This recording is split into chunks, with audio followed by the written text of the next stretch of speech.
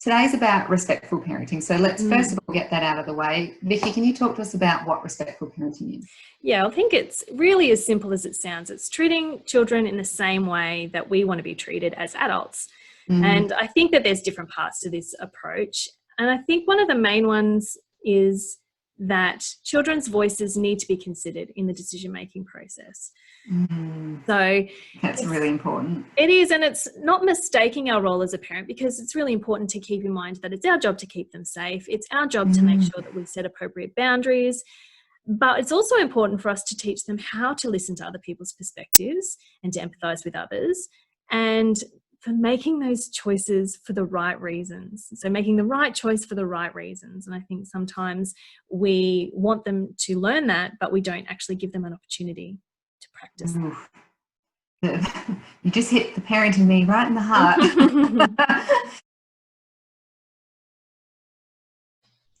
Okay, so then number 2 is that children have the freedom to feel their emotions, and that just links directly in that. So if they're able to be heard and understood without judgment, I think that's really important. It's our job to help them express those feelings in a way that is respectful and safe. We want our children to be coming to us with their problems. That's exactly right. Yeah, so denying children that ability to feel their emotions is just going to cause more long-term damage, like particularly their ability to empathise with others. It's critically important to our human connection and our ability to just get along in the world.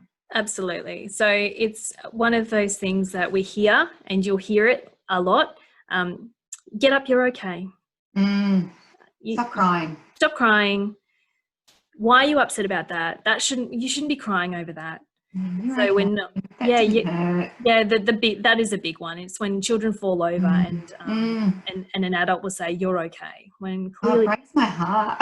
I'm just like, if I fell over and like that and I had blood coming off my knees, I would want to cry. Yeah, and there is other ways that we can, and it is hard because we feel like we want to do something. So it's a distraction. We want to make sure that they're not going to fall into a pity party or I think that's the motive behind it. But realistically, what we're doing is we're gaslighting their experience. Can we just clarify what gaslighting is? Because I know many of us may not have heard that term. Yeah. I feel like it's something our culture does a lot and probably unknowingly. So gaslighting is a form of emotional manipulation where one person will try and make someone feel like their reality isn't true or isn't actually happening.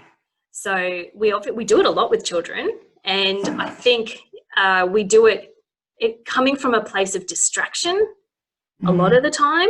Yeah. But we dismiss their feelings and their perspectives a lot because we feel like we know better as adults. I think it's important to go back there, and we need to be okay with our children being uncomfortable and in pain. None of us like to see our kids in pain, but if they're hurting, we need to let them hurt. That we do, and there are consequences to not allowing them to feel that now. We might be saving them some short-term pain now, but we may cause them long-term problems in the future when they become adults because they haven't actually learned the tools to cope with hard emotions and hard and difficult and challenging situations. So if we go back to the third idea of respectful communication or parenting, is that we really need to state our expectations clearly, but also with purpose. So that means we need to set boundaries with ourselves and our children in a way that they can understand, but with compassion in mind. So, keeping that in mind at all times, even if we have to be firm, and to also think about the purpose. So we're reflecting on and questioning our expectations so that they're fair and that they're developmentally appropriate. Yes. Sorry, I don't mean to laugh. The reason I was giggling was because we both had our children come and interrupt this recording. Yeah. It just made me think, what about my expectations weren't clear or purposeful? But I realised that today I skipped that whole section of I did tell them, okay, I'm going to be recording, but I didn't set my clear expectations. And I did the same thing. I've done it before, and when I've said it really clearly, we both commented, oh my goodness, they were so great. We didn't hear from them the whole time. And then I didn't state that clearly at all today. And it was almost simultaneous. Both of us had children coming at the exact same And again, because we didn't state that expectation really clearly. And also the one thing I also want to emphasize again is that, are your expectations fair and are they developmentally appropriate? Questioning them all the time and changing them. Have you got another one coming in? Sorry, my kids just came in.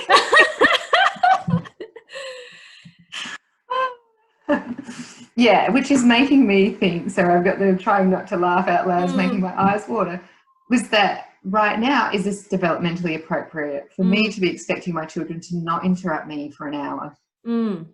Probably not. Probably not. And the thing is, because sometimes they do it.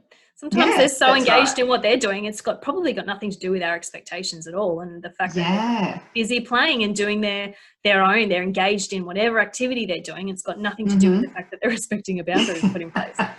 But I also didn't check. I think it was that whole, what are they engaged in? If they're not engaged, could I put a little invitation to play out? So this was a really good reminder for me today. So. And that's exactly that. It's about surrounding yourself with people and having conversations so that you do get that reminder, because otherwise the main influences that we see are authoritarian influences. They're exerting a control on children wherever possible, and we slip into those very quickly because that's our conditioning.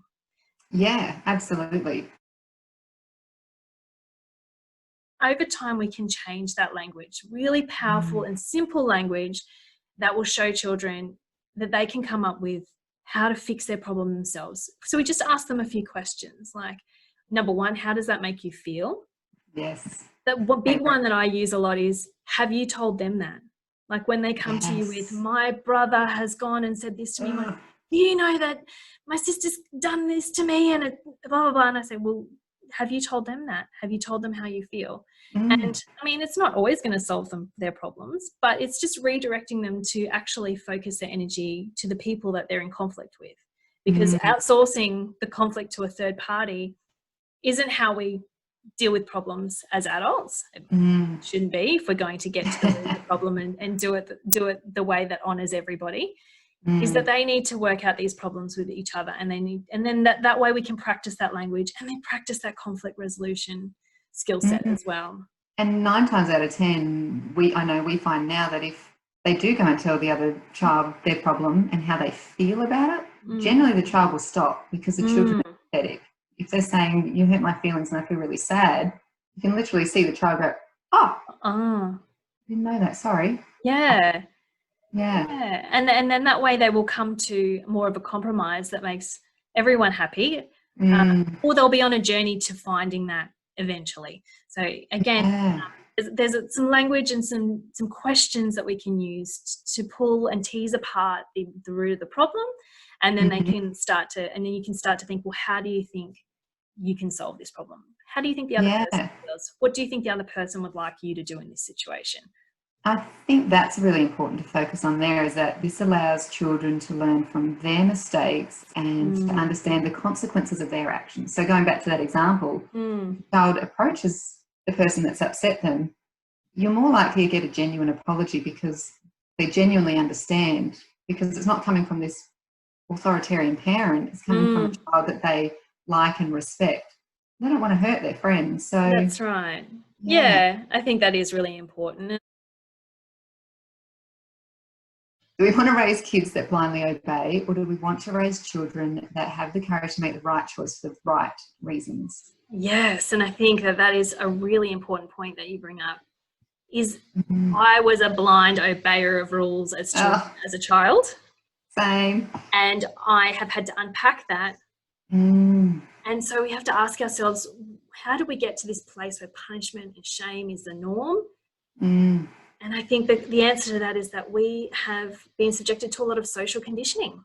Yeah, as have our parents and parents' parents and parents' That's right. And we are just so lucky and just so privileged to now have access to this information that no one before us has had access to, which is absolutely amazing, because we can then start to break apart, like, what are the methods we've been using, the harsh words and the shame-filled statements that we grew up with. We can now start to see that they are harmful, and we can start to change that language and hopefully instead of the language and those harsh statements being the norm, we can start to see more people using respectful language, and it will flow on through to other parents and other people who care for children as well.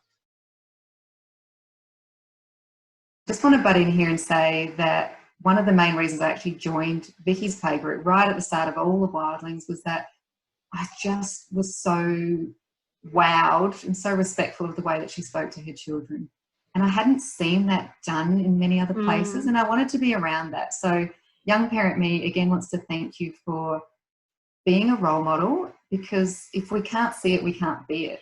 So thank you. No, well, thank you for saying that. And I would have to say that I've had influences in the same way. Other friends and my sister who modeled this for me, which then makes it easier for me to use. Then hopefully, like you say, it starts to catch on. It's really important it's like for us a good virus. It is, and it's exactly what we're talking about modelling for our children. We're also modelling it for other parents.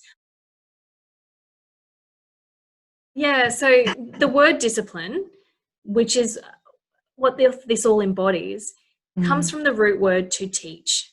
What we are trying to do with our children is to teach them. And we really, that is what I want to keep in mind. I don't want to use discipline as a synonym for punishment, which is a different thing altogether. So this is about being a role model. At the end of the day, we need to keep in mind that we are really on the same side as our children. Yes. And if we choose to work through problems with them, not exert our will at every turn, trying not to turn this into a battle. Parenting shouldn't be a battlefield. It really shouldn't.